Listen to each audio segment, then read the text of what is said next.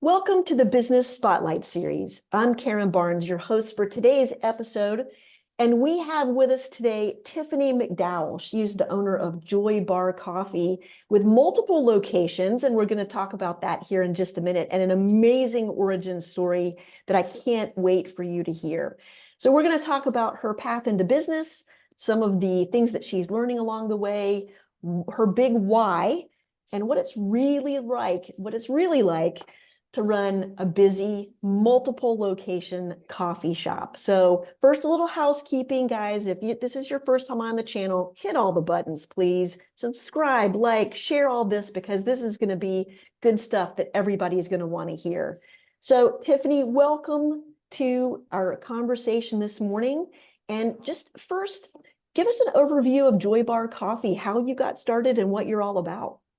Thank you so much. So my name is Tiffany McDowell. I am the proud owner of Joybar Coffee Company. We are fairly new into this realm of business. I have not always been in coffee. I started my career in sales at a local company, Old Dominion Freight Line, oddly enough. Went into pharmaceuticals and had a wonderful career. Loved it so much. President's Club, all the things that I think the world defines as success. I experienced them, had the opportunity to go to graduate school through corporate tuition assistance, got my master's degree, was really enjoying life. And I really felt moved at some point in my life, specifically after losing my mom to breast cancer, that I've really been called to something more.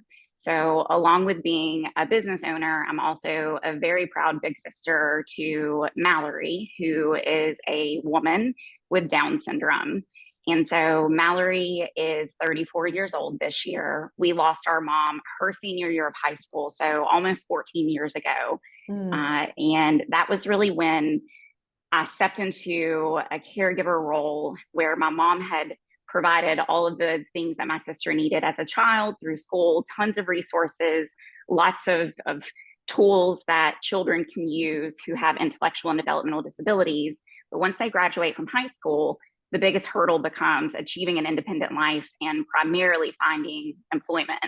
So we went through all of the things that we were supposed to do to get government assistance to help her get job coaching and vocational rehabilitation, and ultimately was put on a waiting list we are still on today, almost 15 years later. And I just decided, if I want it for Mallory, maybe I'm the one who's supposed to create it. So we fast forward just a couple of years. So we lost our mom in 2009.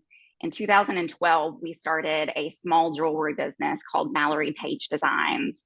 And it's a faith-based company, and we make jewelry that includes the incorporation of a mustard seed that comes from Matthew 17:20. With faith the size of a mustard seed, you can tell this mountain to move from here to there, and it will go, and nothing will be impossible for you. So our motto was, we move mountains for adults with disabilities. And the model was very cool. Mallory made a commission on every piece of jewelry that we sold. We had a huge social media following. To this day, we have over 500,000 TikTok followers, I think 17,000 on Instagram. But I could really only make a difference in Mallory's life because she was really the only one benefiting from the work we were doing. So I've always loved coffee. I think the majority of the population thinks, like I thought, like it would be a great thing to open a coffee shop. How hard could it be? Let me tell you, it's a lot harder than it looks. But we have been so blessed, and so many doors have opened.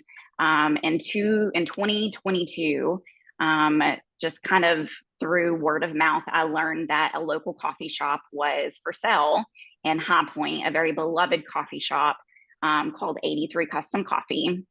And so I reached out to completely unannounced to the owner and just poured my heart out for doing good through operating a business and what my model was going to be. And we weren't the only ones interested in buying this coffee shop, and yet God saw fit to make it so that we could buy it.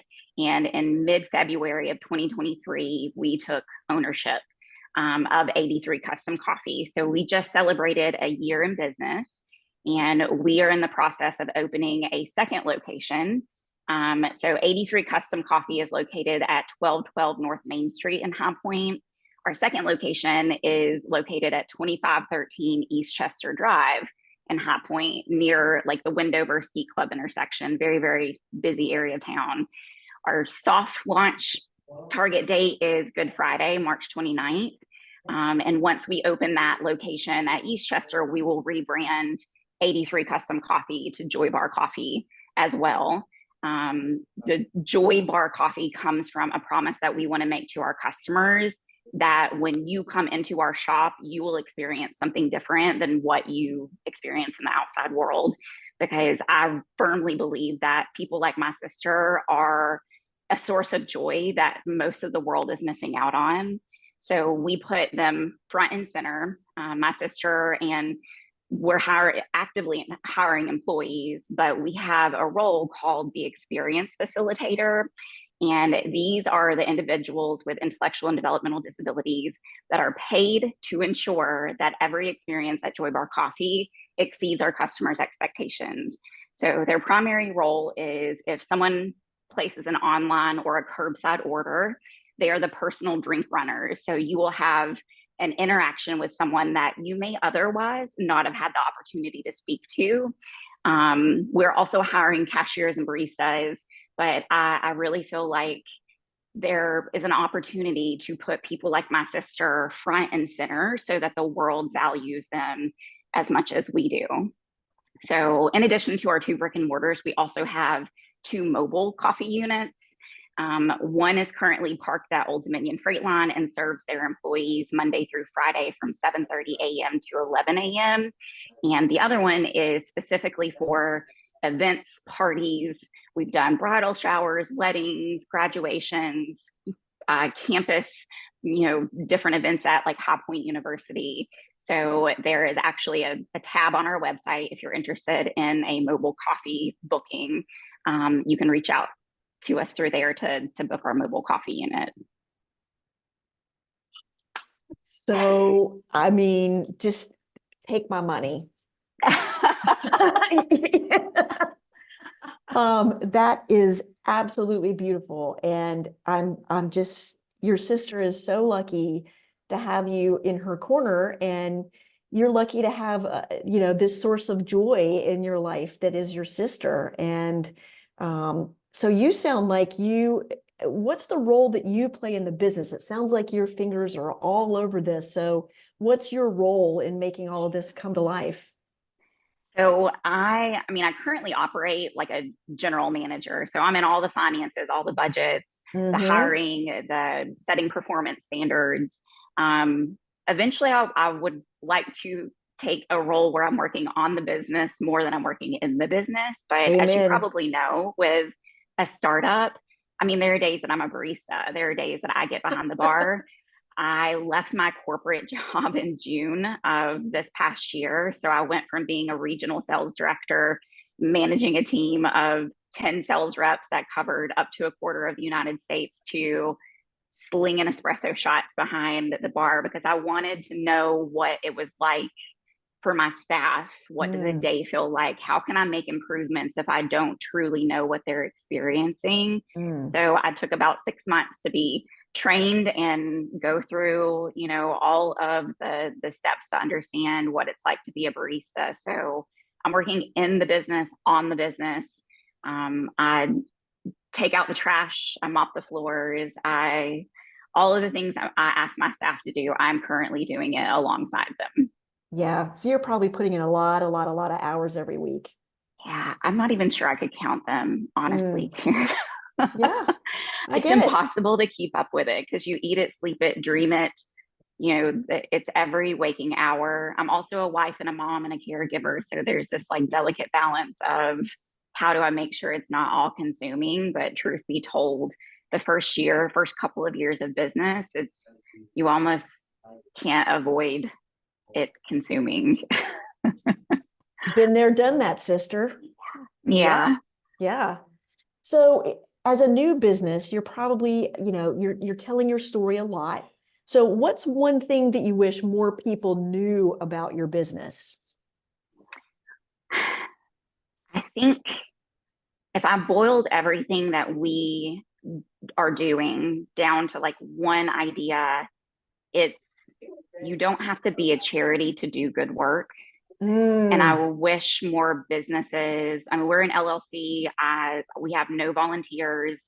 I don't believe in a volunteer model that includes employees who are on fixed incomes and struggle with finances because of that. So yeah. it's the model we adhere to is called competitive integrated employment. And what that means is like the majority of my staff are typically abled individuals. Mhm. However, we make a point to create positions that support and give resources to someone who has a intellectual or developmental disability because they do offer valuable work. We just have to understand how they work best and how that can make Mhm. our business better. So if I could teach my fellow business owners anything, it would be competitive integrated employment because we can't do this alone. We need more businesses that understand people like Mallory do offer valuable work and your customers will respond positively to them. You just have to figure out how to create those positions for them. It's not a charity. They don't work for free. They will never work for free for us. And that's the thing that I'm trying the hardest to change is they deserve pay and they deserve the integrity of employment. Absolutely. I have several members of my family who are differently abled and have just struggled to, find meaningful work. And um, what you're doing is amazing. And I hope so many people will watch this and be completely inspired to replicate your model Thank in the you. businesses that they're doing. So let's talk a little bit about like getting your story out. You're still pretty new. So what are you doing in terms of marketing? How's that working for you? Yeah, this is the area that I think has kind of gone on the back burner just in the building of the business and having been in sales all of my life, I want to say I know better, but sometimes you just have to focus on the things that are the most critical. Like, Mm-hmm. you know, marketing is important, but opening the doors is urgent and Yes. important. So Mm-hmm. I'll get into the important things when I'm in a position where I can focus on them. So marketing is really all social media at this point. I'm blessed to have a following on our former, or it's still existing Mallory Page Designs, but that's been sort of the conduit to bring those people into Joybar and to understand like how we're evolving as a business from making jewelry really only benefiting one person with a intellectual or developmental disability and now creating a model so that we can support more people. So social media has been it. We're also very, very lucky geographically to be so close to High Point University, which is also my alma mater, which is very cool. I graduated in '05, so it's been many moons, but I'm still very proud of my roots at HPU. So many of those students love 83 Custom Coffee and are excited about Joybar opening. We a lot of the business students reach out to interview us. We've had numerous media students reach out and do videos for us. And it's just been, it's very cool to see how the community supports a business that they love and then in turn tries to give back to the business. So even though we're not a charity, we're not a 501c3, like it's just always amazing to see how they're supporting us and getting the word out for our business for us. I don't intend to make that the only way we do marketing, but for right now, what a blessing that we have it. Absolutely. I mean, your story is incredible and compelling. And, I just see I'm a former marketer, so I just see like so many ways. So you've been really on this journey, obviously with your sister your whole life, but in this business together for just really a short time. But I'm sure you've learned some pretty tough lessons pretty quickly. So, other than the days are really, really long, like what are some of the big hurdles that you've encountered and some of the challenges you've come across and how have you, jumped those hurdles so far?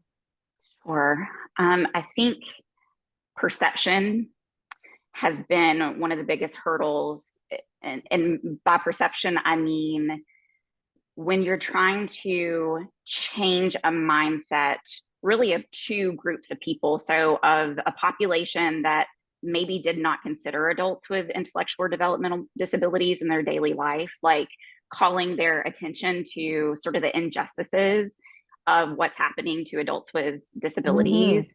It makes people uncomfortable. But also, I have found that there have been so many caregivers that are afraid to seek employment for people who have disabilities because there's a myth that they'll lose their benefits. And that is not true. So I also believe that I'm going to have to bring the truth to them. For example, if you get Social Security, whenever you receive employment, you have to report your wages. And Mm-hmm. so your benefits will decrease by some percentage. But if you add your wages to the benefits that you still receive, an individual with a job who has a disability will always make more money in the long run than someone who only receives Social Security benefits. So I think it's educating caregivers who mean well that it's not scary to seek employment and there's dignity in being employed and being paid. Mm-hmm. So I even had some preconceived notions about my sister's access to her Social Security benefits and to Medicaid and Medicare. And, if my sister lost her health insurance, I can't carry health insurance on her. So that's terrifying. But I've learned that as long as an individual makes less than $40,000 a year, they will not lose Medicaid. So I don't know any barista that's making $40,000 a year just because it's part-time work and it tends to be, a transient industry. So it's not about, making them millionaires. It's about giving them the dignity of work, and work that they're paid for. So I think we have to reframe, years, possibly centuries of thinking between the typically abled population and that we should be opening doors for people who are different from us, and then for the differently abled population, and that it is not scary. And in fact, there's a lot of dignity in seeking and gaining employment for our loved ones with intellectual and developmental disabilities. Yeah, that is powerful. That's not even something I could have imagined would be a barrier is, thinking about the regulatory gamut that has to be navigated, right? Yeah, Wow. it's an entirely new layer whenever we are a mission driven business. Again, we're not a Mm-hmm. nonprofit, but there is definitely something that serves as a catalyst to why we're doing what we're doing. Mm-hmm. And most of the population does not know, because why would you, unless you're directly caring for someone that has a Sure. disability? There, you have other things that you have to worry about. So again, like educating the public about some of these injustices, it can make people uncomfortable. And that's, I don't do that with malintent, but I love to teach. It's one of my spiritual gifts. I love to teach people. So there's this, that we have to again change the perception of both of those groups of people. Absolutely. So let's look forward a little bit. Let's look, 3 to 5 years down the road. I mean, you're already opening a second location. You've got these two mobile units. Like, what does Joy Bar look like in 2029? I would love for Joybar to become a major coffee chain. Like it would do my heart so good. I'm not going to say the names of the major coffee chains, but y'all know who they are. And I think we have the ability to affect change with just minimal effort on an individual basis. And so if we were to give the public an opportunity, you're going to go get a cup of coffee somewhere. If there were enough joy bars around that you could always choose a joy bar to go get your coffee and know that your money is benefiting a business model that creates employment opportunities for someone who didn't previously have them, I think people vote with their money. People want to do good. We just don't know how to do good. So if we make doing good easy for them, then they're going to support our business model. So my dream is I would love to open in the next 5 years, one joy bar a year. After opening this one on Eastchester, I kind of need a breather. But there's, I'm hiring experienced facilitators for Eastchester right now. We'll have roughly starting out 6 positions. There are thousands of adults with intellectual and developmental disabilities that need jobs, that want jobs. And so if one location can hire 6, maybe up to 10, then I have a lot of work to do to make sure that my company is one of the major employers of these people. But hopefully our model influences other businesses to see that, we can't be the only ones doing this work. So I want to open more, but I also want to convince my peers and my fellow business owners to do the same thing. Beautiful. Well, we're going to change the energy level here just a little bit. I'm going to ask you some rapid fire questions. These are just like short little questions and short little answers. You ready? I'm ready. All right. It's a little bit like a game show. So here we go. What is the key to success for you? Passion. Knowing why you do what you do. Having a beautiful why, and you do. You have an amazing why. What's your best piece of advice for other business owners? Get a great accountant. And a good accountant is worth his or her weight in gold.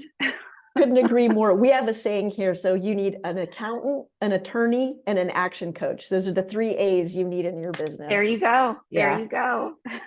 So what's a book or a podcast or something that you're reading lately that you would recommend to others to keep them, learning about being a better business owner? So I listen to a ton of podcasts. None of them have anything to do with business. They are all faith-based. But if I'm going to recommend a book, Talk Like Ted by Carmine Gallo is one of my favorites of all time. And it's on the importance of being able to clearly share your story as if you were giving a TED Talk. So Talk Like Ted by Carmine Gallo, 10 out of 10, highly recommend. I love it. I love it. So if you had to choose one area of your business where you could sprinkle your magic pixie dust and everything would, all the problems would disappear and everything would improve and be better, where would you sprinkle your magic pixie dust? Oh, that's tricky because 2 areas come to mind, but I don't want to cheat and throw both in there. I think the most important is training for my staff because they are the front line. Ultimately, I can't be in every shop at every hour of the day. So training, that's barista training, but also understanding, how to work alongside of someone who works differently from you and how to ultimately make the customer your obsession. How do we make the customer our obsession? So I would say training. That's a great answer. So listen, before we wrap up with our last question, where can people find you on social media and websites? So we have, until we consolidate everything, there's a couple of places you can find us. Okay. Our website is joybarcoffee.com. That's where all of the information on our model, booking our truck, you can actually order online. If you go to that website, there's a link to online ordering. Our coffee shop is 83 Custom Coffee LLC on Instagram. We also have Joybar Coffee on Instagram. And then Mallory Page Designs has kind of become it's less business focused and it's more just our personal story. It's some very silly videos, but it's just a day in the life of Mallory and I and living, the sibling caregiving life, because a lot of people are curious about that, but you'll get to see some funny behind the scenes footage on that. That's on Instagram and TikTok, Mallory Page Designs. Awesome. And my last question for the day is, what is most inspiring to you right now? Although we're not a nonprofit, I work very closely with an amazing nonprofit called The Arc. There's a chapter in most major cities in every state. I am actually on the board of the Arc of High Point, and I also love the National Down Syndrome Society. I've done tons of fundraising for them. I know the president and the people associated with that very, very well. They're so small. They're tiny. Like it's, 4 to 5 people who are, and mostly women, who are as passionate about serving this community as I am, and the amount of change that they can affect for people like my sister, the lobbying for legislation and understanding these archaic laws that ultimately hold our loved ones back. They're making such big change, and there's so few people in them doing it. So I am inspired again by the giant impact that just one very passionate person can have. And I'm inspired by these very small nonprofits that are making huge waves in the IDD community, if you would. I am inspired by you today. Thank you. Absolutely. Absolutely. Tiffany, thank you so much for sharing your story and Mallory's story and the story of Joybar Coffee with us today. And listen, I encourage everybody, go check them out on the web, on the Insta, on TikTok. If you're in the North Carolina, Central North Carolina area, like stop by, get a cup of coffee. I know I'm going to make a trip over to High Point. I have 2 godkids over at High Point University, and this is going to be on my next What trip. a small world. I know. They run track. So I'm actually going to be there this weekend for their first outdoor track meet. Very So cool. You must come see us. I will come see you. I will absolutely come see you on Saturday. This has been amazing. And you are exactly the kind of innovative, inspirational business owner. I hope, more people have, the guts and the heart to emulate. So thank you so much. Hey, listen, if you guys enjoyed this episode, please share this with your friends. Let them know about the beautiful story of Joybar Coffee and how maybe they as well can think about giving the dignity of work to more and more people in our community. So thank you so much, Tiffany. Thank you. All right. See you guys next time.